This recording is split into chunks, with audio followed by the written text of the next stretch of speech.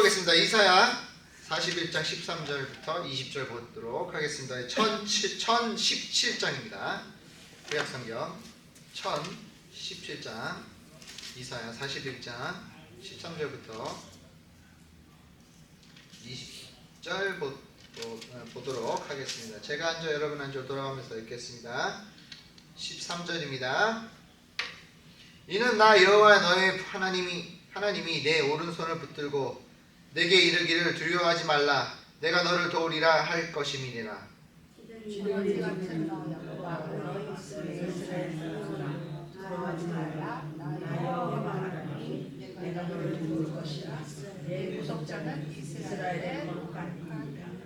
보라 내가 너를 이가 날카로운 새 탁잡기로 삼으리니 내가 산들을 쳐서 부스러기를 만들 것이며 작은 산들을 겹같이 만들 것이라.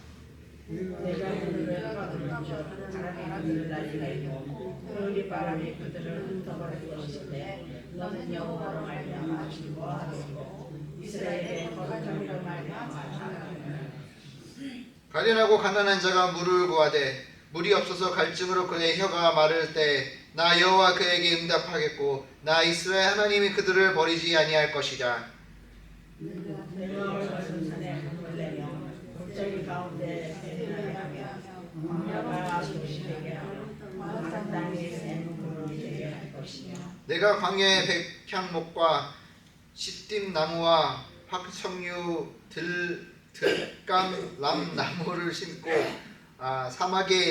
사막에는 잣나무와 소나무와 향목을 함께 두리니. 어렵다. 우리가 여호와에서 인도하신바요 이스라엘의 거룩하니까 이것은 인도하신 바인 줄 알며 함께 하리며 매달리리라. 아멘. 네, 오늘 말씀 아직도 두려움 시리즈를 하고 있는데요. 두려움을 이겨내는 시리즈를 하고 있습니다. 여러분들은 지금 이 시간 이 두려움이 여러분 삶에 다가왔을 때 어떻게 이겨내시는지 다시 한번 생각해 보시기 바랍니다.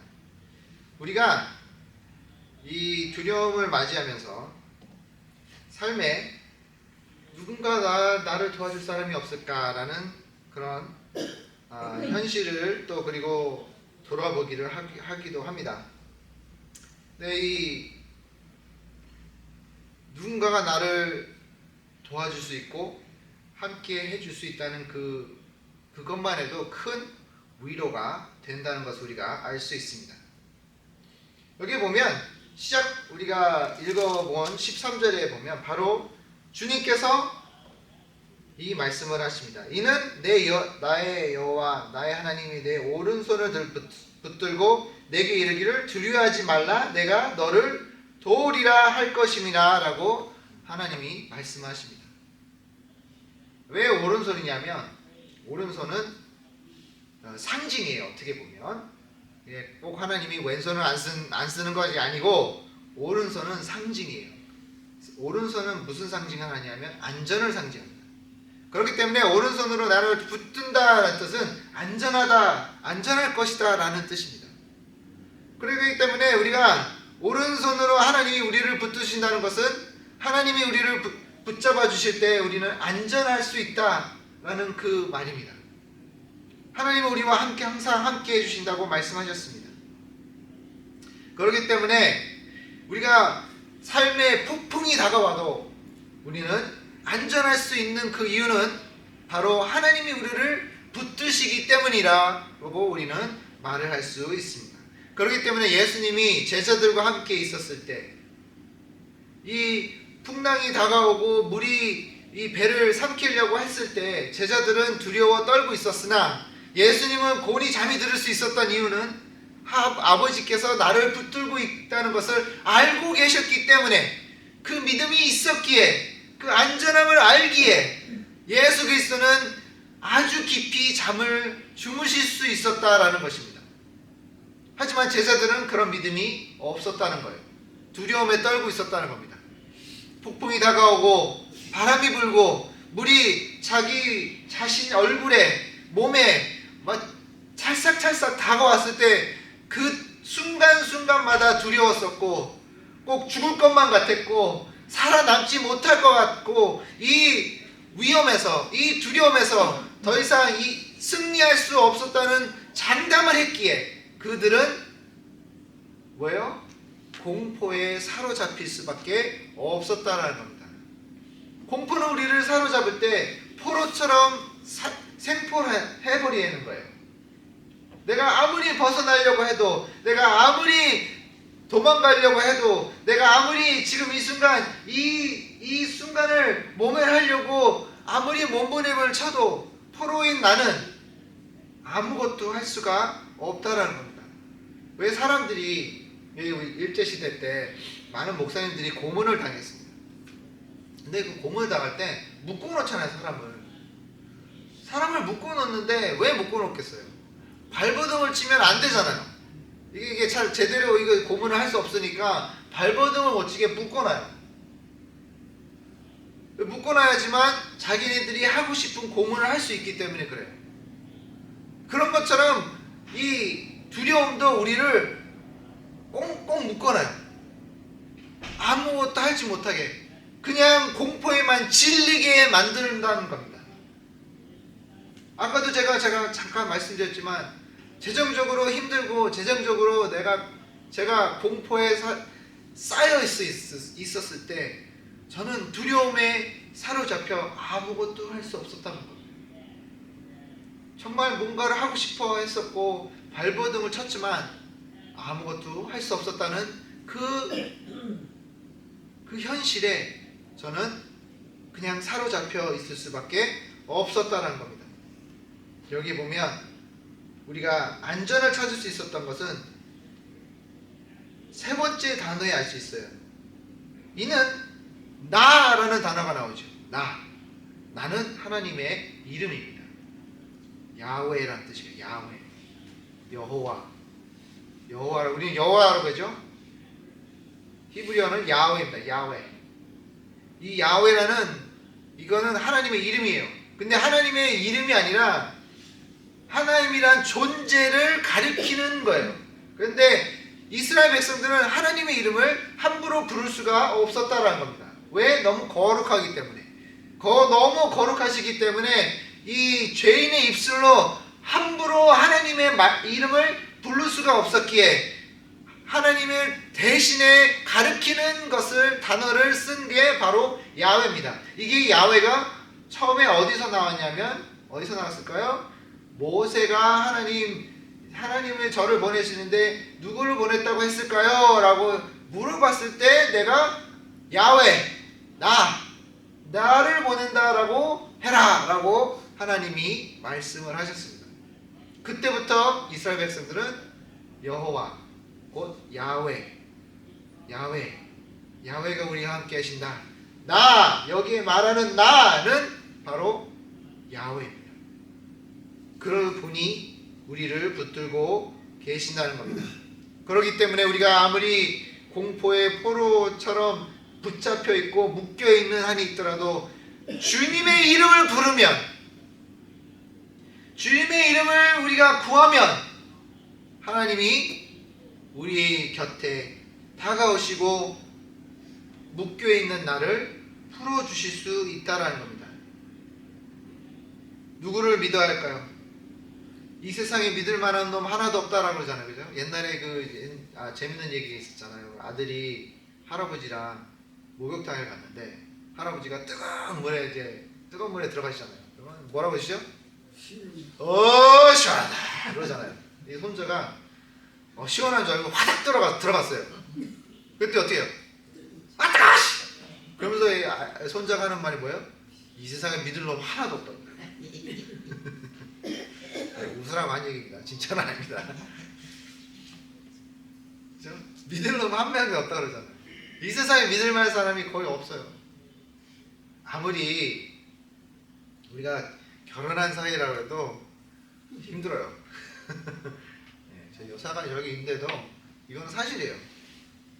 이거는 인간이기 때문에 그래요. 여사가 아니면 나빠서가 아니라 부족해서가 아니라 모자라서가 아니라 나쁜 사람이라서가 아니라 인간이기 때문에 그럴 수밖에 없어요. 매번 제 곁에 있어서 도와줄 수가 없단 말이에요. 그렇죠? 인간은 인간이에요. 인간은 부족하기 때문에 인간은 완벽하지 못하기 때문에 믿을 수가 없어요. 그렇다고 해서 사랑하지 않는다는 건 아니에요. 그죠? 믿지 못한다는 뜻은 하나님처럼 믿을 수 없다는 거예요. 하나님처럼 제가 붙들고 거기에 의지하고 항상 내가 부족할 때 채워줄 수 있는 사람이 아니라는 거죠. 사람은 그렇게 할 수가 없어요. 그거는 완벽하신 오직 하나님만이 하실 수 있는 거예요. 그렇기 때문에 이 13절에 보면 하나님이 다가오셔서 나를 붙드시고 놓지 않으시고 그뿐만 아니라 13절에 보니까 두려워하지 말라 그랬어요. 내가 너를 도우리라 라고 말씀을 하십니다.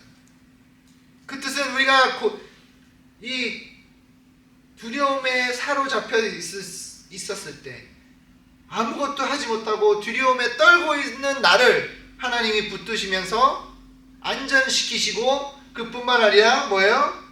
나를 인도하시고 두려움에서 벗어나게 하시는 거예요. 그런 다음에 그때 뭐죠? 도우시리라, 도와주신다 라고 말씀을 해주십니다. 우리가 이 두려움을 자꾸 인식하고 두려움의 그 게임수에 넘어가면 모든 게 다 두려워요. 모든 게 두려움밖에 없다고 생각해요.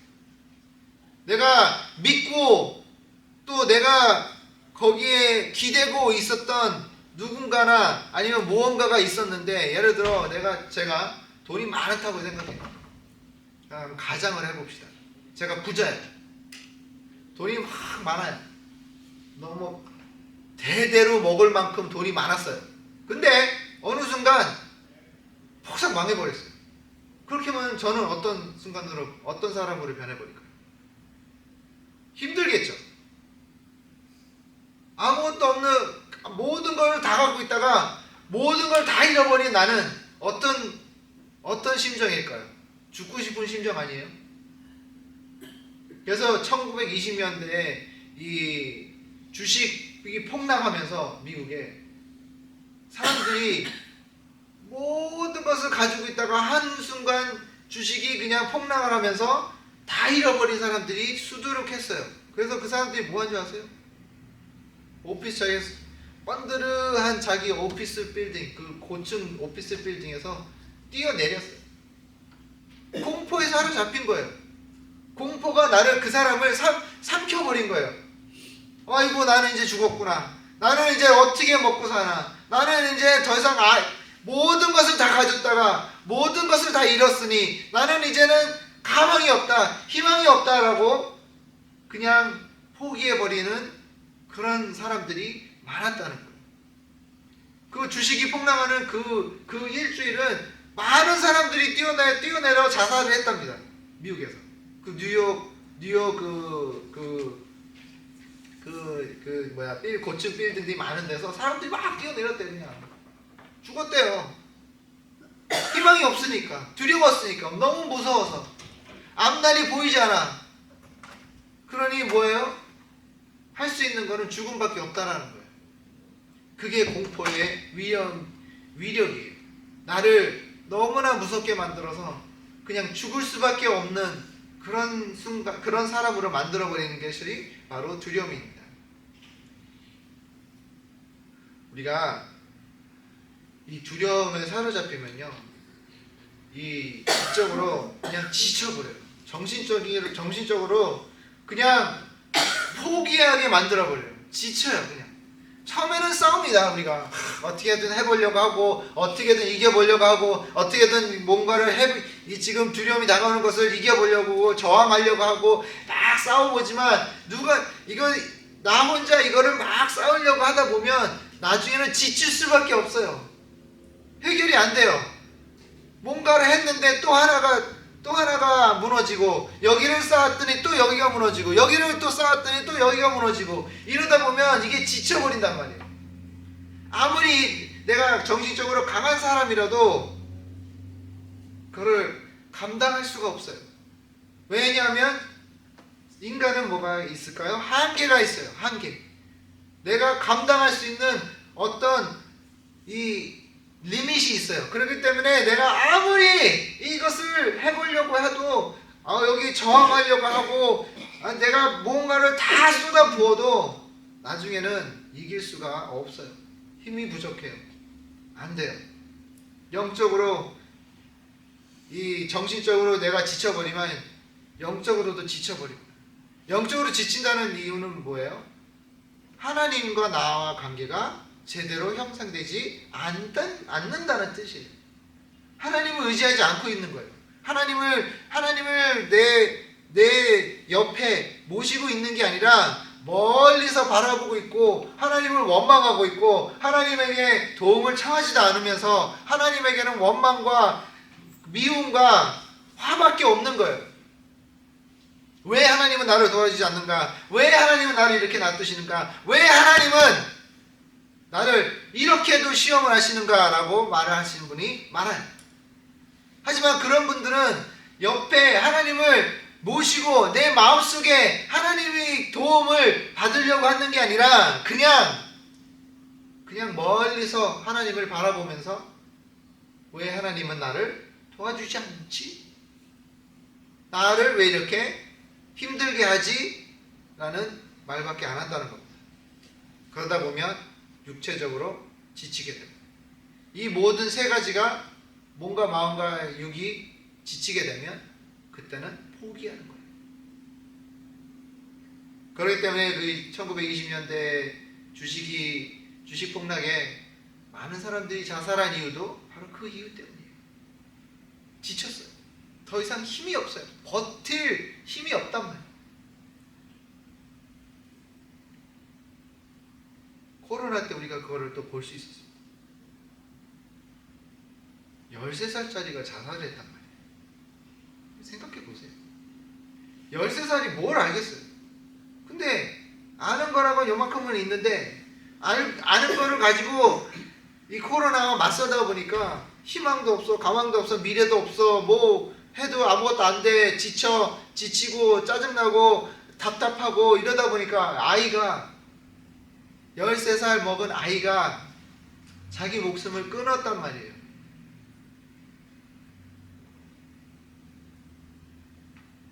하지만 그런 순간순간 우리의 위기가 다가왔을 때, 어려움이 다가왔을 때, 내 삶에 더 이상 버티지 못했다고 생각했을 때 하나님이 우리의 곁에 계신 것을 우리가 알아야 된다는 겁니다. 그래서 16절에 보니까 뭐라고 그랬죠? 내가 그들을 가까이 부른즉 바람이 그들을 날리겠고 회오리 바람이 그들을 흩어 버릴 것이로되 너는 여호와로 말미암아 즐거워하겠고 이스라엘 거룩한 이로 말미암아 자랑하리라 라고 그랬죠. 그건 뭐예요? 이 폭풍이 다가왔을 때, 두려움의 폭풍이 내 문턱에 다가왔을 때 그 순간 나는 뭐예요? 그들을 가까이 부른즉 이것이 다가와도 여호와로 말미암아 뭐예요? 즐거워하겠다 그랬잖아요. 즐거워한대요. 이 폭풍이 다가오고 있는데, 두려움이 다가오고 있는데, 나를 삼켜 먹으려고 하는데 나는 여호와와 함께 즐거워하겠고 라고 나와 있습니다. 고린도전서 5장 17절의 말씀에 그런즉 누구든지 그리스도 안에 있으면 새로운 피조물이라 이전 것은 지나갔으나 보라 새 것이 되었도다 라고 말씀이 나와 있습니다. 그 뜻은 뭡니까? 내가 예전에는 두려움에 포로로 잡혀있고 두려움 때문에 아무것도 할 수 없었던 나는 더 이상 이제는 그런 사람이 아닌 예수 그리스도로 말미암아 나는 새로운 피조물이 되었고 새로운 나는 이제는 그런 어려움이 다가와도 나를 삼키려고 했을 때 나는 이제는 즐거워하리라 라고 할 수 있는 능력이 생긴다는 겁니다. 그뿐만 아니라 거룩한 이로 말미암아 뭐예요? 자랑할 수 있을 정도로 나는 건강해질 수 있다라는 겁니다. 강해질 수 있다라는 겁니다. 여러분, 우리가 할 수 있는 것은 단 한 가지. 두려움이 내 앞에 문턱에 다가오고 두려움이 나를 막 노려보면서 다가왔을 때 내가 할 수 있는 거는 단 한 가지. 예수 그리스도의 이름을 부르짖는 것밖에는 할 수가 없다는 겁니다. 여러분들은 여러분이 힘들었을 때 이민 삶이 힘들고 뭐 하는 비즈니스가 안 되든지 뭐 일하던 게 너무 힘들든지 이랬을 때 여러분들은 누구를 부르짖었습니까?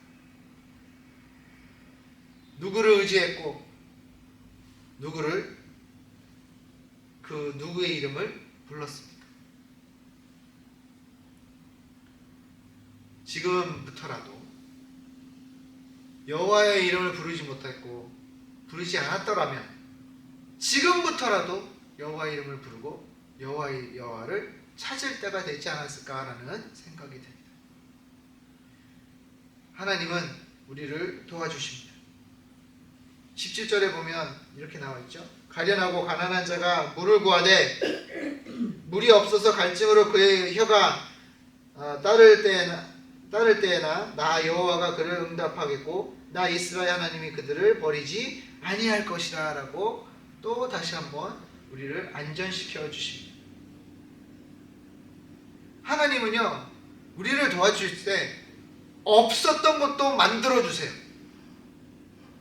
내가 생각하지 못했던 그런 해결책을 우리에게 만들어 주신다는 겁니다. 사막에 강을 만들 수 있는 분은 누구예요? 우리 하나님이에요. 아무것도 없는 빈 산에 나무로 빽빽하게 만들 수 있는 분은 하나님이에요.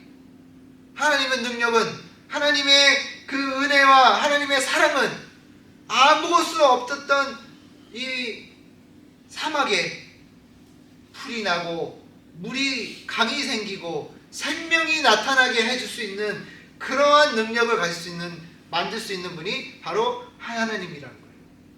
여러분 사하라 사막 아시죠? 아프리카에 사하라는 거예요. 사하라 사막 아주 넓습니다. 이 세상에 제일 큰 사막이에요. 근데 그거 아세요? 옛날에는 사막이 아니었답니다. 옛날에는요 그 지역이 사막이 아니었대요. 지구에서 제일 큰 호수가 바로 사하라에 있었다고 합니다. 신기하잖아요. 지금 아무것도 없어요. 지금은 모래밖에 없어요. 다 그냥 모래밖에 없고 죽음밖에 없는 곳이에요.